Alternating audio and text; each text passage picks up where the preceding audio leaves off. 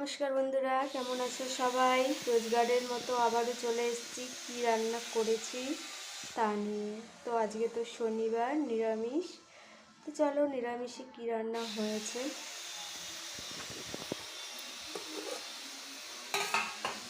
এখানে করেছি মোচার ঘন্ট।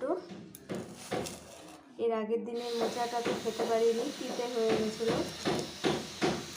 তো আজকের মোচাটা তিতা না, বেশ ভালোই আছে। আর করেছি এখানে করেছি আলু ফুলকপি দিয়ে পনির দিয়ে, যেহেতু ডাল করিনি এর জন্য একটু ঝোল ঝোল করেছি। আলু ফুলকপি পনির দিয়ে একটা তরকারি,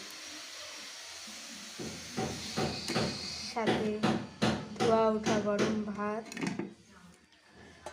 আর আছে আমার মেয়ে যেহেতু এই ধনে পাতার বাটা খাবে না, ও বলছে আমাকে আলু ভাজা করে দাও, আলু ভাজা আর ঘি দিয়ে ভাত খাবে। এই মোচাটা খাবে, মোচা ভালোবাসে খেতে, তো ওর জন্য অল্প করে একটু আলু ভেজেছি। আলু ভাজা ঘি দিয়ে বলেও ভাত খাবে। আর এখানে করেছি ধনে পাতা বাটা। এই বাটা দিয়ে সকালে একটু ভাতও খাওয়া হয়েছে। এর মধ্যে দিয়েছি কাঁচা লঙ্কা, লবণ, লেবু দিয়েছি,